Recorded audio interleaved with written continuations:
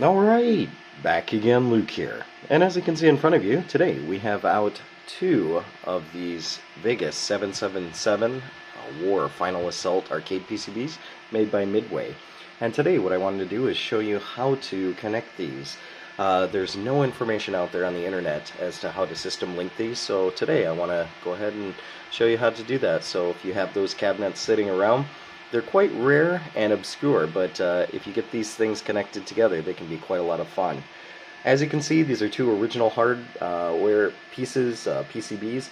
They are using the original hard drives in them, so very prone to failure here. And these hard drives, as well as the hardware itself, are really fragile.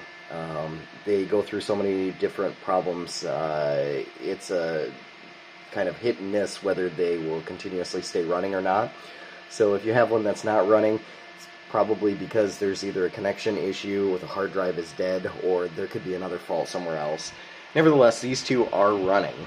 And as you can see here, I've got two monitors. This monitor is going to be a little bit more kind of blurry, unfortunately, because it doesn't like the output from the PCB here. But you'll also notice that I'm using a router here. I have these both connected in the back, and the Ethernet cables are connected to the router. And the first thing that you need to do is go down and choose which system is going to be your main system. So if we go into game options, we'll see here it says server and yes. When we go down to this one in game options, it says server no. So in order to get this to work here, you need one of these to be a server and you need all of the other ones to be no. The other thing you need to do is make sure when you go down to the bottom, there is an option that says ID, and that should be A for every single board. Regardless of if it's a server or not, it needs to be A all across. If you have that changed to B, you won't get a system link. So it says A there, yeah, and A here. So something to keep note of. Now we're going to go back out here. I'm going to back out on this one.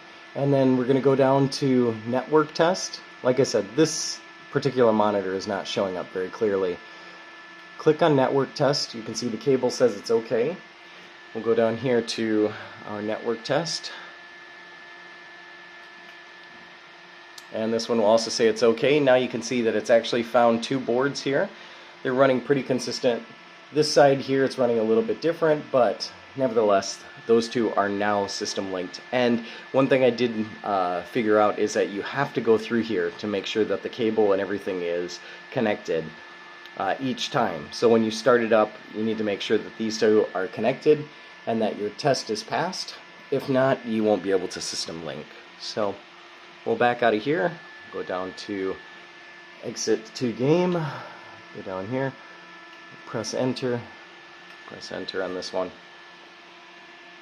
Now the interesting thing is when you have one of these set to the server position as off, it's no longer independent. It actually is dependent on the server side. So if the server goes down, if it fails for any reason, the slave on this side will actually freeze.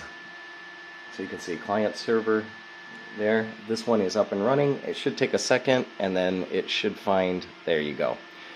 So these ones will be running now connected together. But like I said, if you disconnect this one, if this one stops working for any reason, this will just freeze there. So make sure that you choose a good working system to have as your server. If you have one that has errors, you might want to make that as your slave. Let's go ahead here and start it up. You have the just play options, and we'll just hit just play. And well, here you can choose your characters. Let's choose the female character here, and we'll choose our male character here. The next screen you'll notice is that it says multiplayer cooperative or head-to-head. So we're going to use multiplayer cooperative. Click on this one, and we'll click on this one, and it will wait for the system to kind of connect here.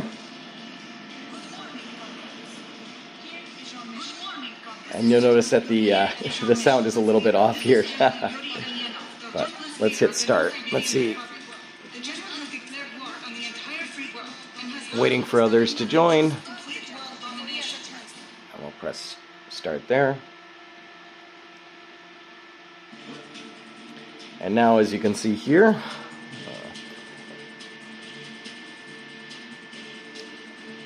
this is our player 2. And there's our player 1. Same thing here. And the interesting thing about this is you cannot kill your partner. So, nothing goes on there. But yeah, here you have your system link. Once again, if the server goes down, you wind up getting booted out of the game here. But if the system link side goes down, the slave side goes down, you can join back in right where player 1 was. So, let's see.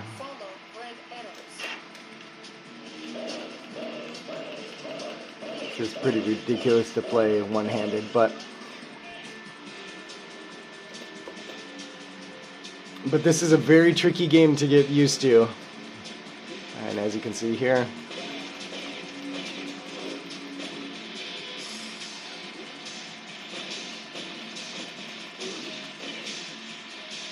there's one more.